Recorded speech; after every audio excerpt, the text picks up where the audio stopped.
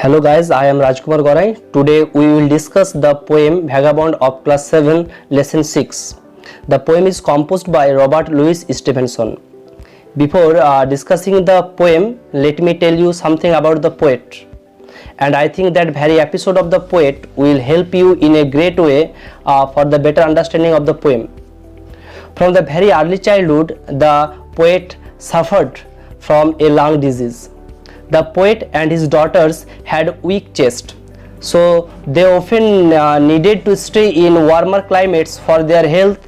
He inherited a tendency to cough and fevers, especially when the family moved to damp or chilly places. The tendency to extreme sickness in winter remained with him until he was 11.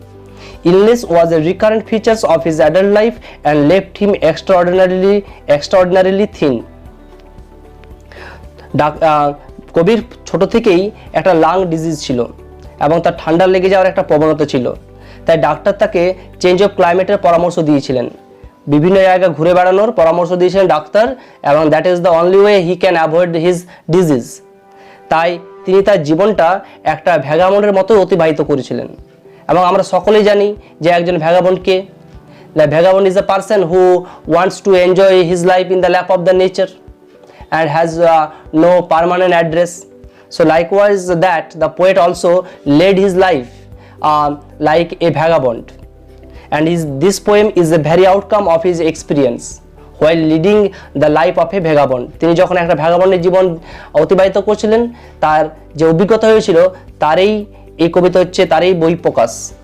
এই প্রসঙ্গে PB শেলির দেওয়া একটা কবিতার সঙ্গে আমার খুব মনে পড়ে, যেটা তিনি তার এসে a defense of poetry দিয়েছিলেন।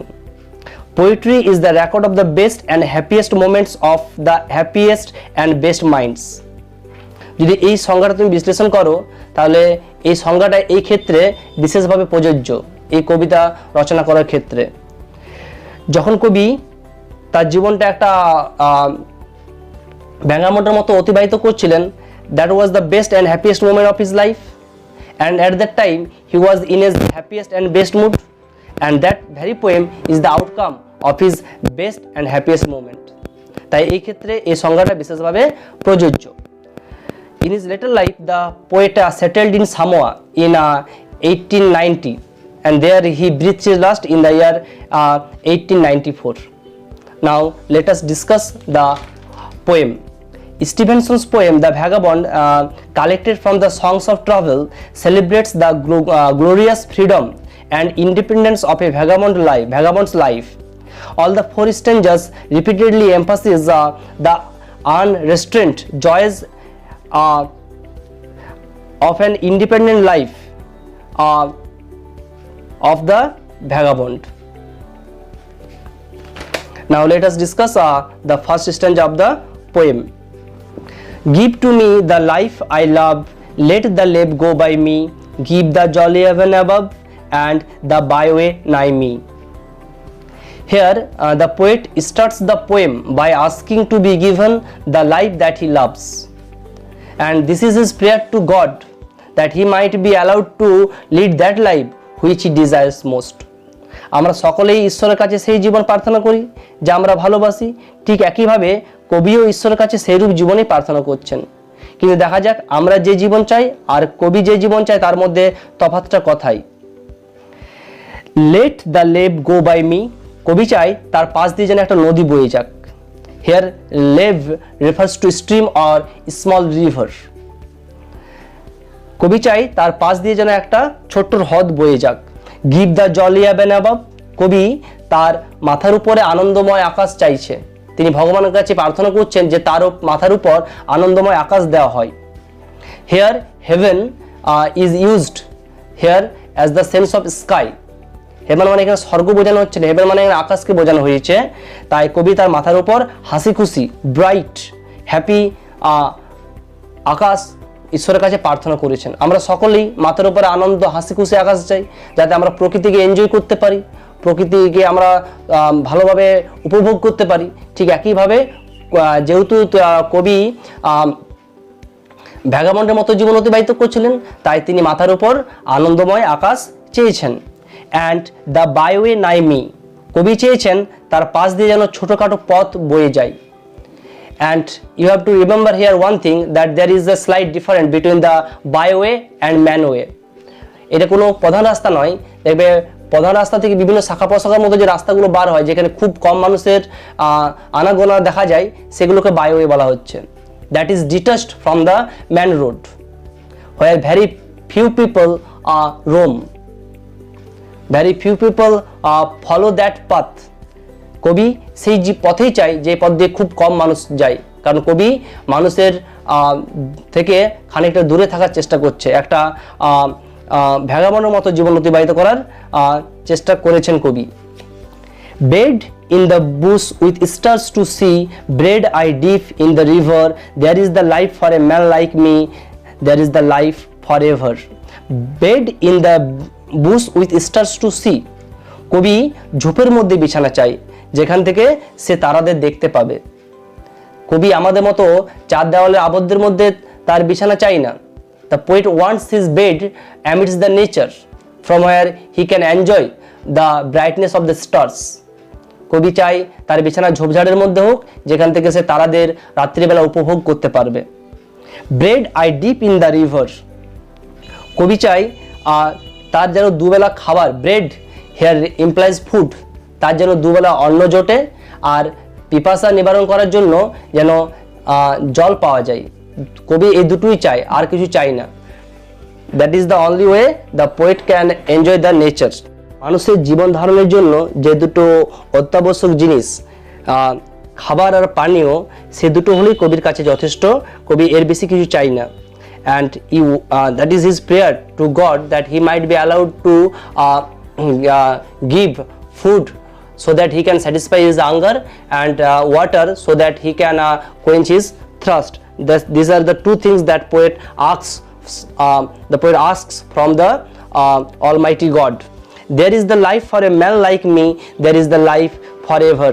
যে কবির কাছে এইরকম জীবনেই কাম্য, চিরকালের জন্য কবি এইরকম জীবনেই চাই। And this is the way of life the poet desires most. And কবি এটা একদিনের জন্য এই জীবনটা কাম্য নয়, কবির এই জীবন হচ্ছে চিরকালের জন্য কাম্য। The poet wants this life forever. Now let us discuss the second stanza. Let the blow fall soon or late, let what will be over me, give the face of earth around and the road before me. Wealth I seek not, hope nor love, nor a friend to know me, all I ask the heaven above and the road below me. Now let us take the first four lines. Let the blow fall soon or late, যে আঘাত আগে আসবে বা পরে, সে আসবে আসুক, আমি আঘাতকে ভয় করি না। Here blow refers death, যে মৃত্যু সেটা আজকে আসবে বা কালকে আসবে, মৃত্যু অবধারিত। যখন তুমি মানুষ হিসেবে জন্মগ্রহণ করেছো, তুমি মৃত্যু অবশ্যই তোমার আসবে। সে মৃত্যু আজ আসুক বা কাল, কবি বলছে আমি তা পরোয়া করি না। Let the death come soon or late. Let what will be over me, কবি যা জীবনে কবি যা ঘটবে তা ঘটুক। Let the disaster come and destroy his life, but যখন ওই বিপদটা আসবে তার আসা আগে অবধি কবি জীবনটাকে উপভোগ করতে চায়। বলছি বিপদ বা মৃত্যু সেটা কাউকে বলে আসে না, সেটা যখন আসার সেটা ঠিক সময়ে চলে আসবে। তাই কবি ওই মৃত্যু বা বিপদ আসার আগের মুহূর্তটা কবি এনজয় করতে চায়। And all that the vagabond is interested is a life of unlimited travel. He wants to completely avoid all human association. All that he wants to do is to travel from one place to another, and he is not at all concerned about the weather or material wealth or possessions or anything else around him. Give the face of earth around. কবি বলছি বিপদ আসবে, বিপদ আসুক, কিন্তু সেই বিপদের দিনও কবি তার পাশে পৃথিবীর খোলা প্রান্তর, পৃথিবীর মুখ, এটা কবির কাছে একান্ত কাম্য। And the road before me, এবং সামনে চলার জন্য যে পথ, এই দুটো পথ কবি, এই দুটো জিনিস কবি ভগবানের কাছে চাইছেন। কি চাইছেন? The give the face of earth around and the road before me. and these are the two things that always attracts the vagabond. Give the face of the earth around and the road before me. কবি তার সামনে পৃথিবীর মুখমণ্ডল এবং পায়ের তলায় তার সে রাস্তা চাইছে। Wealth I seek not, hope nor love. এই তিনটা হচ্ছে আমাদের যারা সংসারের জীবনে আবদ্ধ তাদের আমাদের কাছে এই তিনটা জিনিস খুব প্রয়োজনীয়, wealth, hope and love. But these are the three things that do not interest the vagabond and even do not interest the poet also. সম্পদ, আশা আর ভালোবাসা এই জিনিসগুলো কবিকে আকৃষ্ট করে না, কারণ এই জিনিসগুলো হচ্ছে সেই সব জিনিস যেগুলো মানুষকে মায়ে আবদ্ধ করে। কারণ যখনই তোমার বন্ধু থাকবে, যখনই তুমি কোনো কিছু আশা করবে, কারোর প্রতি ভালোবাসা থাকবে, তুমি সংসার জীবন ছেড়ে যেতে পারবে না। তাই এই জিনিসগুলো যখনই কবি এই জিনিসগুলো মায়ায় আবদ্ধ হবে, কবি প্রকৃতিকে এনজয় করতে পারবে না। একজন ভ্যাগাবন্ড প্রকৃতিকে কখনোই এনজয় করতে পারবে না যদি এই জিনিসগুলো দ্বারা সে আবদ্ধ হয়ে পড়ে। তাই বলছে, আমার না চাই আশা, না চাই ভালোবাসা, আমি না চাই সম্পদ। These are the three things that the vagabond does not seek from the Almighty God, nor a friend to know me. কবি চাই না কবিকে কোনো বন্ধু চিনুক, কারণ যখনই আমরা কোনো বন্ধু থাকে সেই বন্ধুর জন্য আমরা সংসার বা বাড়ি ছেড়ে যেতে পারি না। সেই বন্ধুর ফলে আমরা মায়ার বাঁধনে আবদ্ধ হই। ফলে একজন ভ্যাগাবন্ড তার জীবনটাকে প্রকৃতির মধ্যে সে উপভোগ করতে পারবে না। তাই কবি বলেছেন that he does not want a friend to know him, and all I seek the heaven above and the road below me. কবি শুধু এইটুকুই চাই, মাথার উপর উন্মুক্ত আকাশ আর পায়ের তলায় রাস্তা। কারণ এগুলো হচ্ছে these are the two things which attracts the vagabond most, the heaven above his head and the road below him.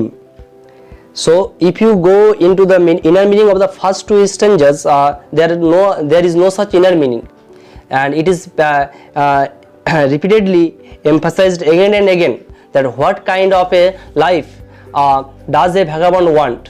He wants a life in the lap of nature, and that has been so beautifully sketched here in the two stanzas by the poet, and we will discuss the remaining two stanzas in our next meeting.